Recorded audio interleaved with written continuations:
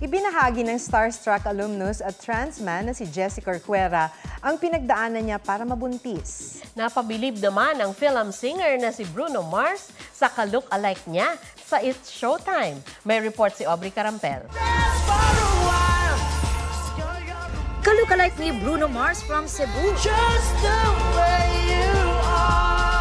Nagpabilib sa kanyang powerful vocals sa It's Showtime. If the party was over and our town earth was through.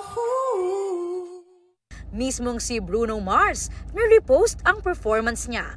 I was through.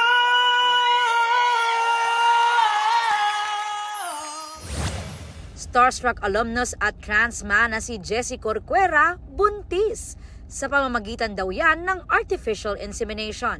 Itinigil muna niya ang pag-inom ng hormones bilang preparasyon sa pagbubuntis. Nag-try na akong mag-try ulit mag-baby. Lahat po yan ni-research ko, pati dun sa endocrinologist ko, yung guide, nag-guide po sa akin sa HRT, yung hormone replacement therapy.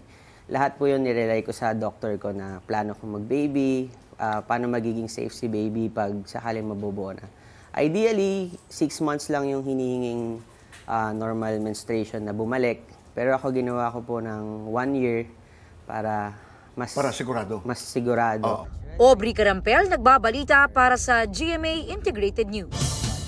Huwag magpahuli sa mga balitang dapat ninyong malaman. Mag-subscribe sa GMA Integrated News sa YouTube.